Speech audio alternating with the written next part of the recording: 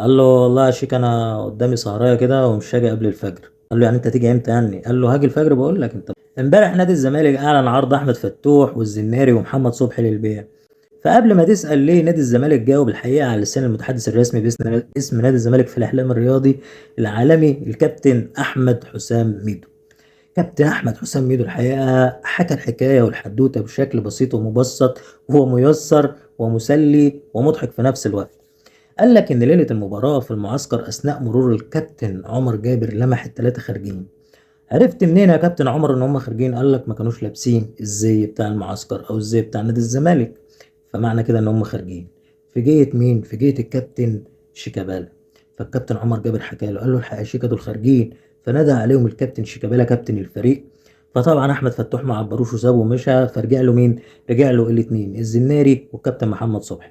قال لهم يا ابني انتوا رايحين فين؟ قالوا احنا خارجين يا شيكا بس هنجيب حاجه من العربيه. قال له طب انتوا لابسين كده؟ قال لك يعني هنبقى نجوم كده ونلبس اي لبس كده ونخرج؟ اكيد لازم نتشيك كده، افرض حد لمحنا بره احنا بنجيب حاجه من العربيه. ها. فاقنعوا. قالوا بس احنا نص ساعه وراجعين. فطبعا قعد الكابتن شيكابالا ظبط التايمر نص ساعه بس، نص ساعه بس طبعا. كلام رجاله اكيد.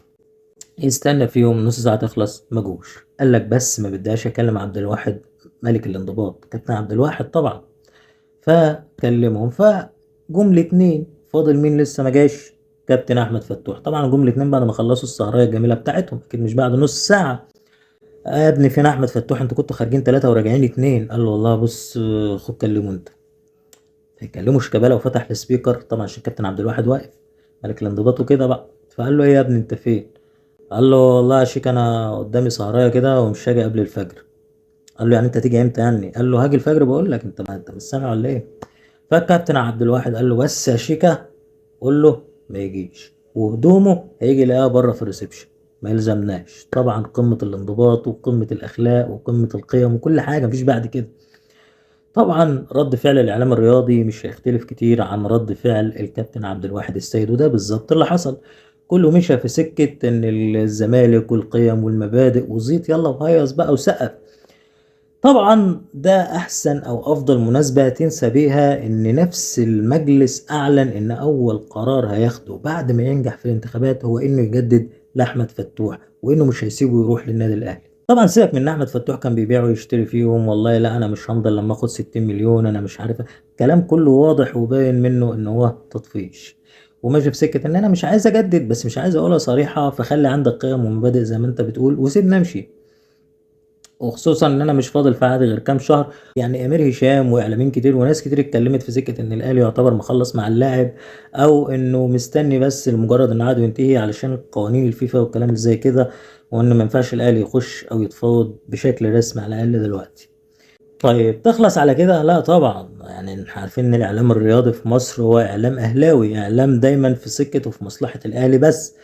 واكبر دليل على كده هو الكابتن سيف زاهر نفسه اللي طلع واعلن كمسؤول من مسؤولين زد انه مش هيتفاوض مع احمد فتوح زي ما كان طلع اخبار قبل كده. طب ليه يا كابتن سيف؟ قال لك والله انا اديت كلمه للكابتن حسين لبيب اللي طلب مننا ده.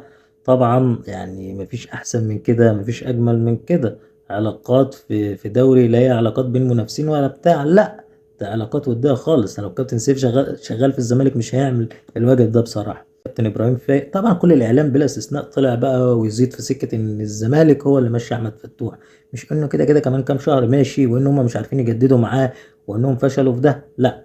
واخرهم الكابتن ابراهيم فايق امبارح اللي طلع ويقول لك والله هو النادي الاهلي يقبل على نفسه ان هو يشتري لعيب، اللعيب ده عنده مشكله اخلاقيه مع النادي بتاعه. مشكله اخلاقيه طبعا او مشكله تاديبيه يعني، مش اخلاقيه، مش حاجه عيب يعني، مشكله تأديبية. وانا هنا مش فاهم، هو انتوا بتزايدوا ليه على النادي الاهلي؟ انتوا ليه واخدين صف نادي على حساب نادي؟ انتوا ليه المفروض ان انتوا بيتقال عليكم ان انتوا اعلام اهلاوي؟ طب انت واخد ليه صف نادي الزمالك؟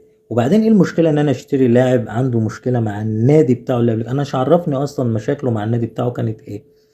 ولا كابتن احمد حسام ميدو؟ كابتن احمد حسام ميدو العالمي المحايد طبعا طلع ووجه كلامه للكابتن حازم امام مش في السر لا في العلن، وخلاها صريحه كده واضغط. المفروض ان احمد فتوح ما يروحش المنتخب. ليه؟ مش فاهم. يعني المنتخب ده العزبه بتاعت حضرتك يعني بتاعت الكابتن حسين لبيبو مثلا يعني، بتاعت الكابتن حازم امام؟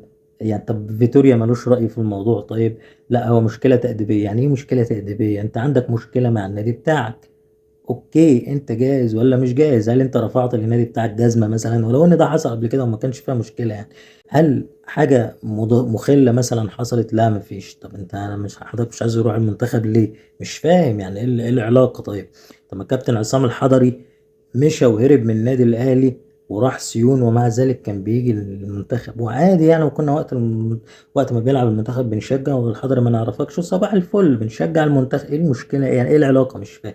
هل هي الفكرة إن الكابتن أحمد فتوح رايح النادي الأهلي، فدي في حد ذاتها مبسوط فيها يعني؟ حاجة فيها مشكلة؟ حاجة؟ طب أنا أفهم ده بالنسبة للزمالك، بالنسبة لجمهور الزمالك، إنما بالنسبة للإعلام الرياضي اللي بين قوسين أهلاوي زعلان ليه؟